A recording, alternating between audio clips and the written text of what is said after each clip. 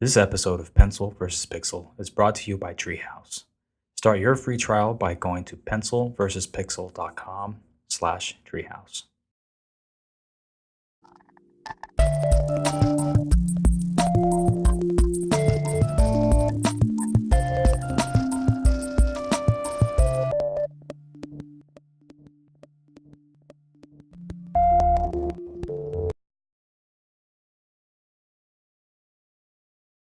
Hey everyone, welcome to Pencil vs. Pixel. My name is Caesar, and I have the pleasure of being joined today by Geri Coady. Hey Geri, Hey Caesar, welcome to the show. thanks for having me. Geri is a designer and illustrator and occasional photographer. She is the author of the Pocket Guide to Color Accessibility, published by 5 Simple Steps. And you can find her speaking about the subject at conferences and events all over the place, all over the world. So, Geri, before we continue, I'm going to ask you, pencil or pixel? Pencil, definitely. Um, yeah, everything that I do pretty much starts with pencil on paper. There's not much that I actually do that would actually just, have me jumping right into the computer and getting started right away. So always, always, I have sketchbooks. Like you don't want to see the rest of my desk right now because it's a mess. Just paper. Do you have sketches everywhere? Oh yeah, sketches everywhere, sketchbooks, multiple sketchbooks. It doesn't matter what it is. I mean, I do a lot of illustration these days, but I do a lot of web design as well. And everything I do, doesn't matter what it is, always on paper first. Awesome, awesome. So, Geri, I've given a little background about what you do, but we want to get to know you a bit better. What's your story? Um, well, like you said, I'm an illustrator and designer, and I guess I started out uh, in web design anyway, as a hobby. So like back in 1998, 1999, when I got my first computer, and the first thing I wanted to do was, well, I wanted to do two things. I wanted to figure out how to download emulators and ROMs so I could play RPGs. Wow. And I wanted to learn how to make a website. So I just kind of taught myself just as a hobby. I mean, I wasn't like, I was only about 14 or so. So I didn't really know what I was doing, just like anybody at that age. Um, and I guess I kind of did it just here and there over the years, probably up until around 2003, when I was in college, um, for actually network support, computer support, and network support. So I learned a lot of things about networking, how to subnet networks, how to fix computers, how to roll out networks for companies. I never actually did any work in it. I never actually found work. I tried, but I ended up applying for a position as a software interface designer, and I had really no experience at all. But I just decided, hey, I'm just gonna apply, see what's the worst that can happen. And as it turned out, I got hired. So that was my first actual real job, which is kind of ridiculous if you think about it. I'm really lucky to be able to say that. I didn't have to really work like those kind of jobs, and um, I think sometimes I might have missed out on some of that experience, but Hmm. um, depends on the person. But so I worked there for a little while, and then I kind of decided, you know what, I really love this, and at that job, although I was a software designer, Yeah. I was working with the developers there.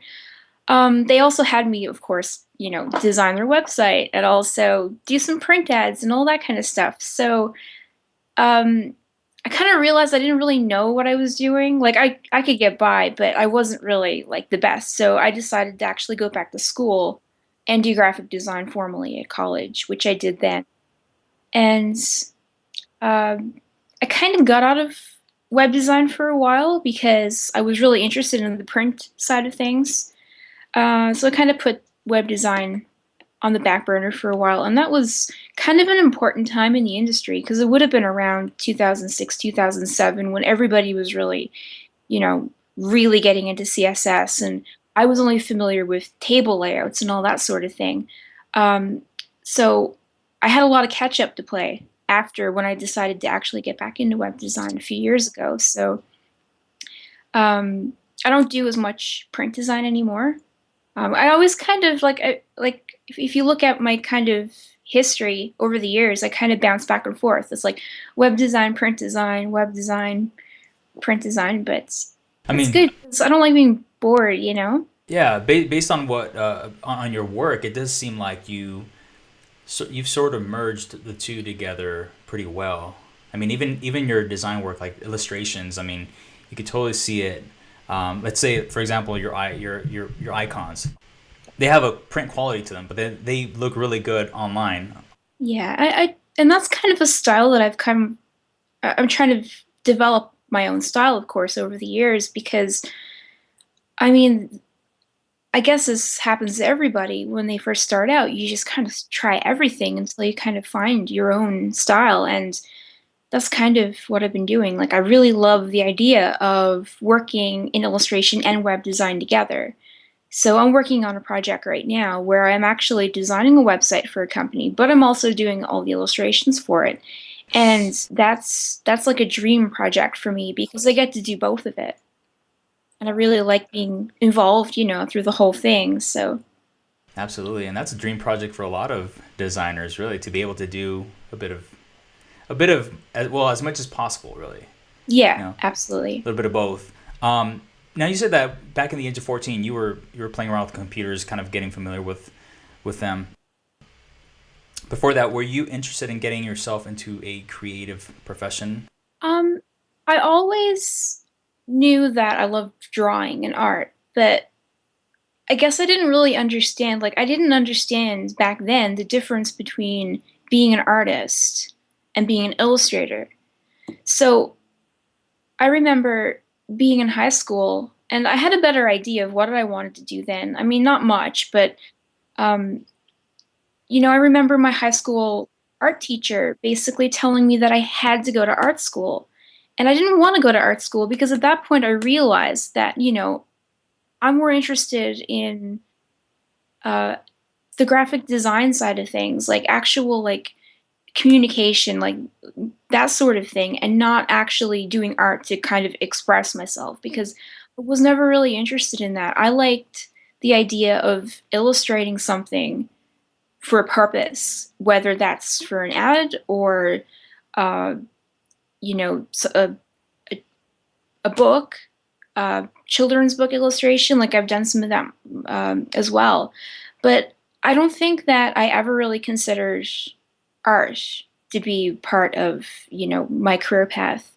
Um, but of course, like I've always been interested in just drawing whatever, and yeah. But I think when I finally got my first computer, that was kind of what got me interested in the digital side of things, and then you know because when you're in school, especially years ago, I don't know, maybe it's a bit different now, but we weren't really told about different career opportunities, like, especially when you're 14, 13, 14. Like, I had no idea what a graphic designer was.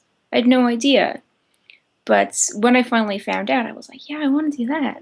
That sounds great. It's probably that most teachers didn't see that as a career option. I would totally agree with you. My art teacher, I don't think she really understood that. I mean, she was fantastic. She was a great art teacher, but she was one of those teachers that wanted her students to do what kind of she wanted them to do and not really what they wanted to do. So I was definitely met with resistance from her when I told her that no, I wasn't going to go to art school, especially since I would have had to leave the province and move away, and that just wasn't me. I didn't want to do that. And also the whole thing with, money and university being so much more expensive here in Canada, and I just wasn't interested in it. And I'm glad really that I didn't listen to her because I think I did make the right choice. I mean, maybe that could have been a good choice for me as well, but you know, this is how it turned out and I'm pretty happy with it. Are you originally from St. John's? I am, yep. Yep. I was born here and lived here my whole life and I've never lived anywhere else. But I am actually moving to England in August, September. Nice. Yes.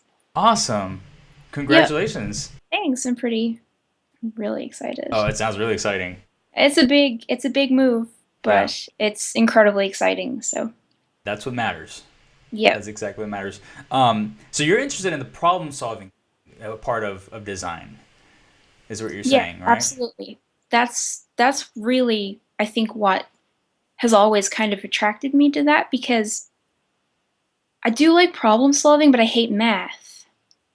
Right? Like, I mean, I think like a lot of people. So I'm the I same just, way, so yeah, I think a lot of designers are like that. So I mean, I love the problem solving aspect of design and I love being able to sit down with a client. I like that. And a lot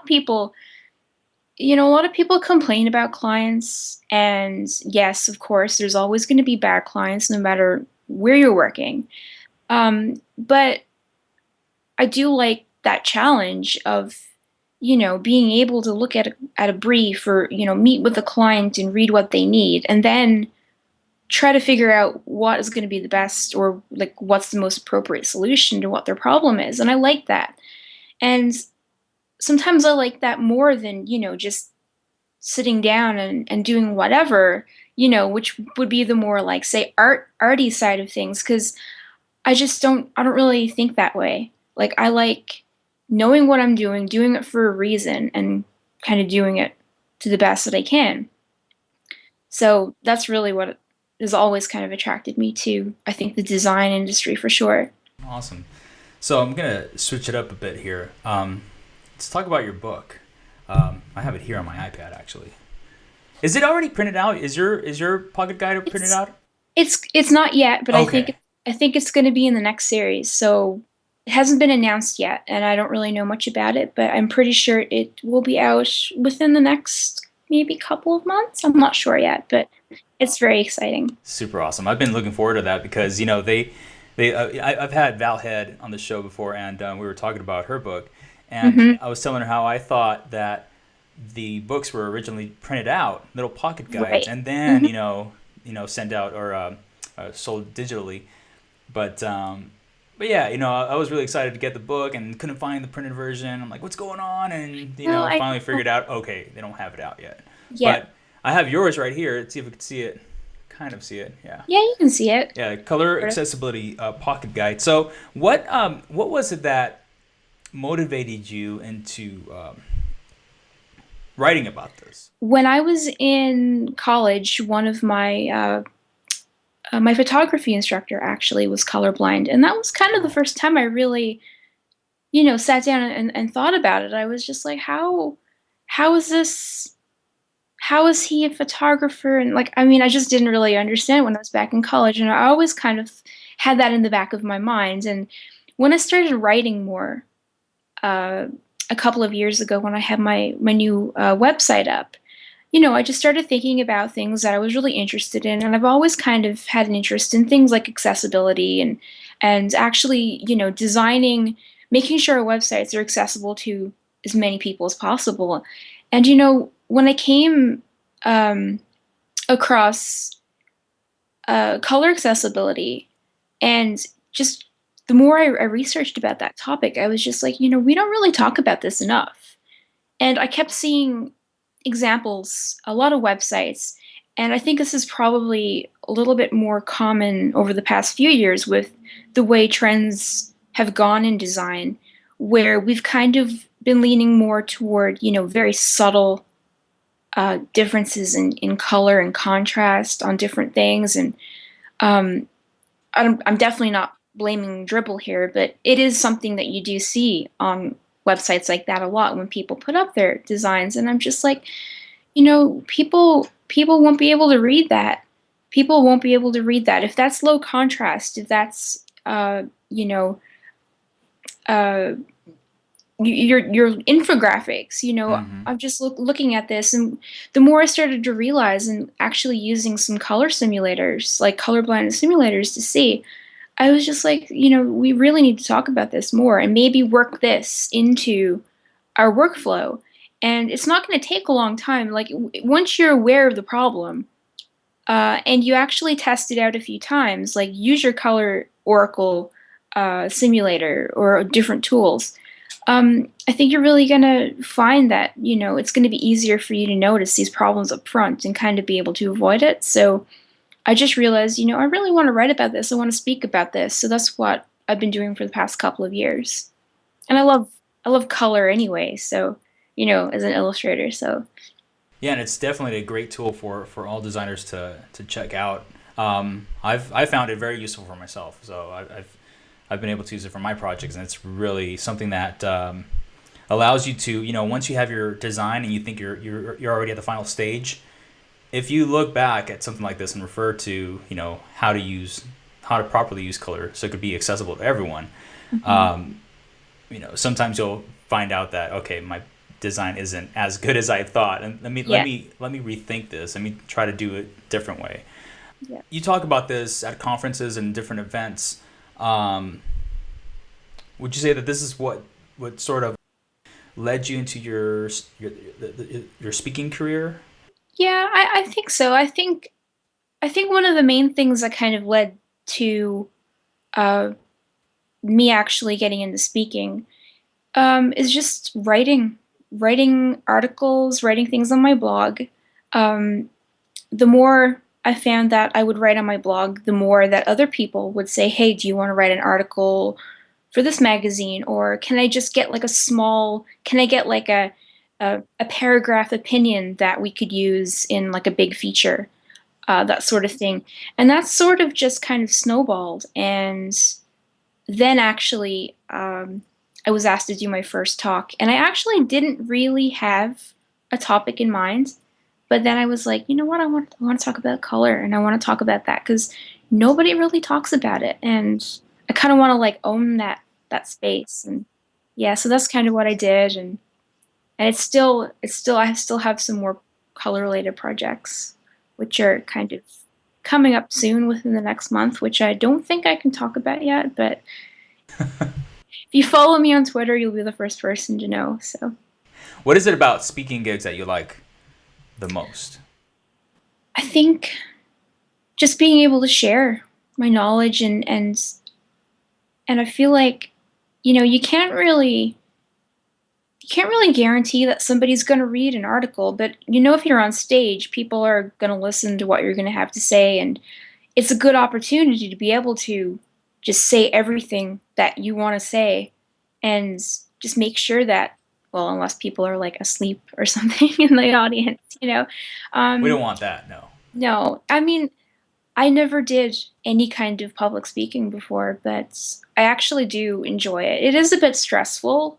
um I mean, anybody who says that it's not really stressful, I don't really believe them, but that feeling when you're done too is like the best feeling in the world, because you know that even if you didn't do such a great job like delivering it or whatever, it's like you did it. And I think that can be kind of an addictive thing.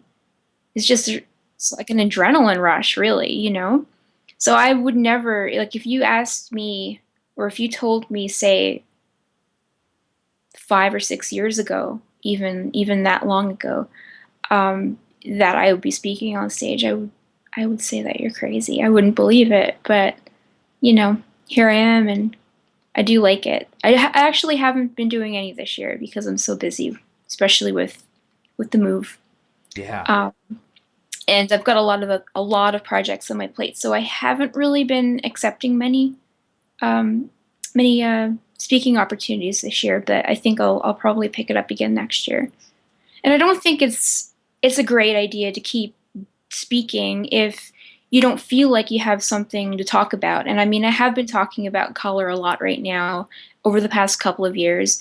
And maybe next year I might have something new that I might want to talk about. So, taking a break is good, just to kind of give your brain a bit of a rest and a recharge, and take in some more information, and then kind of figure out where you want to go with your next kind of topic. So Yeah, I was going to ask you if you had anything else in mind, that you were interested in speaking about, but it sounds like it's something you're figuring out yeah, currently. Yeah, definitely. I mean, I'd love to talk more about illustration and web design too, but I just haven't really had a time to sit down and think about like what I'd like to talk. I have some ideas, but they definitely need to be fleshed out. So that is something that I might consider down the road, but right now it's just me with my head down working really hard on actual work.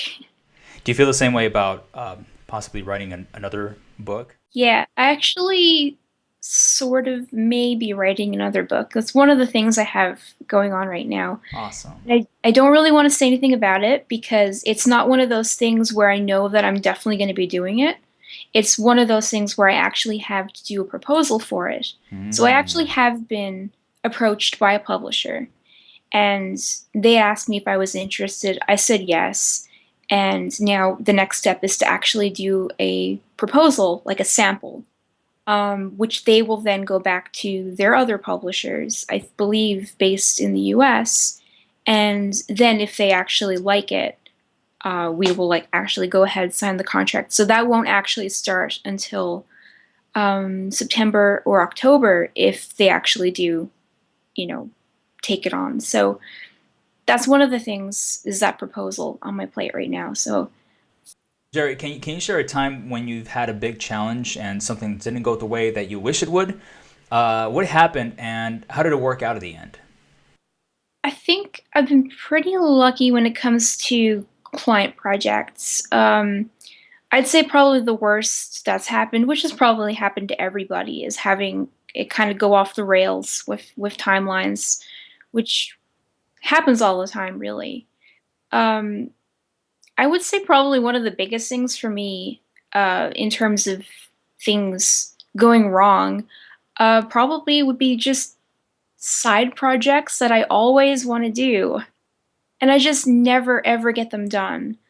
Um, which is why, I like working with, say, publishers on books and stuff because I'm one of those people who just wants to kind of, I want to write something, get it done, and get it out there. And I find that it can be pretty difficult if you're working on stuff for clients and you've got a project. I've got a file of ideas in Evernote of things that I would just love to do. I keep saying, "Oh, I'm going to do this. I'm going to do that. I'm going to do something else," and it just never really works out because I'm usually working on client work. We're just trying to make money because it's difficult. It's difficult as a freelancer, obviously, because you're freelancing and you're working on client stuff. But even when I was working, a full time job, you don't want to come home all the time and you know then have to get into work. And I found that there's just so many things out there. I'm not fantastic at multitasking, so I just kind of found that like there's not been a lot of my ideas have actually come to life. um, but with things like the book and working with publishers and all that sort of thing, that's fantastic. And doing talks as well because, you know, you have to do it. This is your deadline. It's like, you have no choice.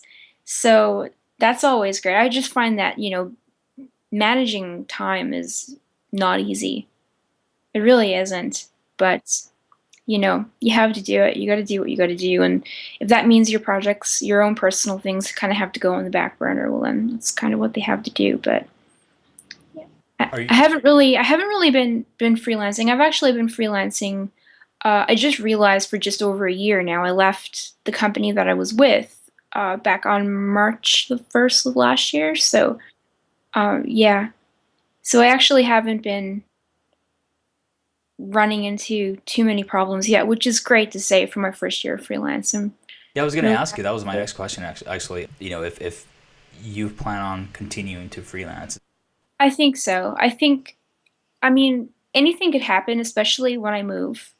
But right now, I just love having the flexibility to just work whenever I want. Obviously, I have to work like almost every day, but if it means if I have to go out to an appointment in the daytime, I don't have to worry about that. I can sort it all out. I'm a big. I work in the evenings a lot. That's usually when I get all my work done.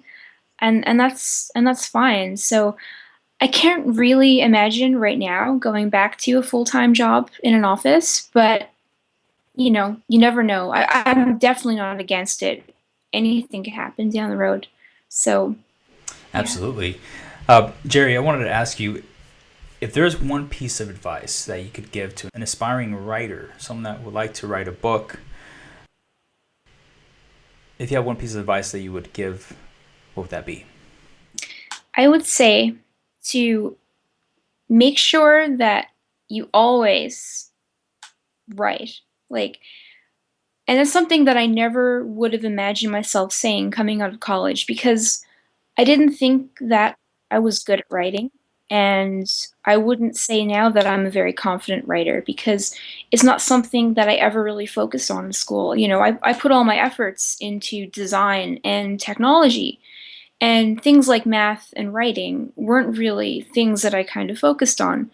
But they really do matter.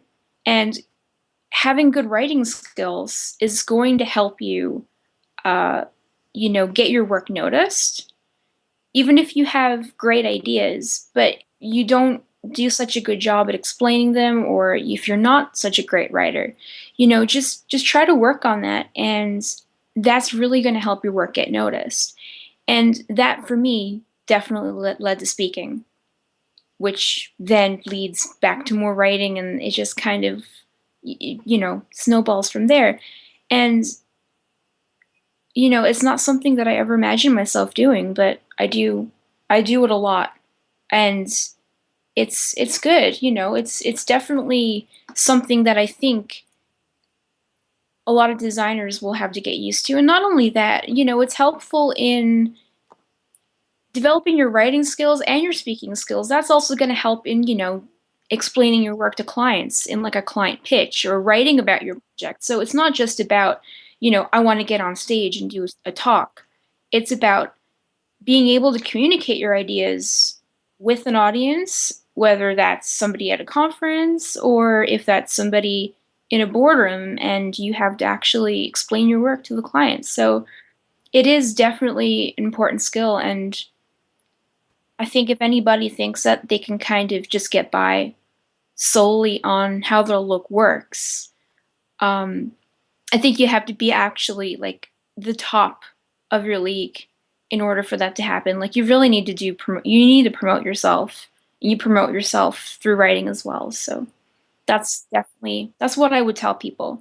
How often do you recommend for people to write? Well, I wouldn't say to just write for the sake of writing. Like if you don't really know what to write about, that's pretty difficult. And that's one thing I guess that I kind of came across last year when I did the pastry box project. So I think a lot of people who are involved in that project kind of have the same kind of thing because, um, a couple of friends of mine, we just kind of like, we just talk to each other. It's like, oh no, we have to write this and it's due tomorrow and we don't know what to write about. Um, but I always tried to write when I actually had an idea about something. So if I had 12 of those to do last year, sometimes I might actually write two at once. I'd write when I get an idea, or if I was angry about something on Twitter, I would take that opportunity. I would just set time aside and be like, okay, I need to write about this.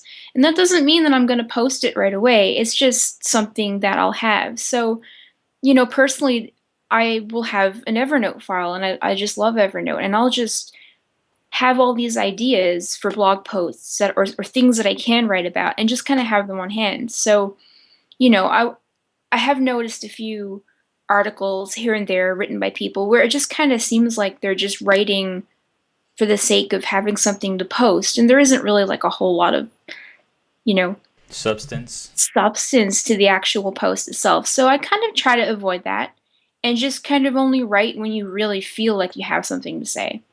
And whether that's, every day or every week or once every couple of months, like, you just kind of have to see how that goes, but that's kind of what I found. Yeah, and then also being consistent, right? Yeah, With it. yeah, for Um, sure.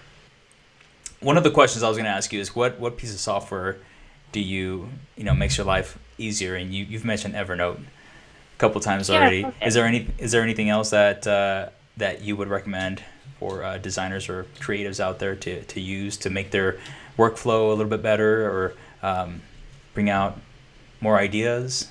Well, I mean, naturally, I'm going to say Evernote. I'm actually a pretty new user of Evernote. It was my fiance actually who kind of got me into it, and it's great for us because we can do like all of our wedding planning together and see everything, and it's amazing. So that's another massive project that I have happening right now. But um, I just think that again, like color oracles. So if you do read my book about color accessibility, that is one thing that I think everybody can kind of work into their workflow. And that doesn't matter if you're doing a website or an app, or it could be like print design. It could be, I mean, mainly digital, but I mean, it can definitely be helpful in print as well. Um, so that's definitely another piece of software that I would recommend. But I mean, personally, I I work in Illustrator for almost everything that I do, and that doesn't matter if it's, obviously my illustration, but also web design.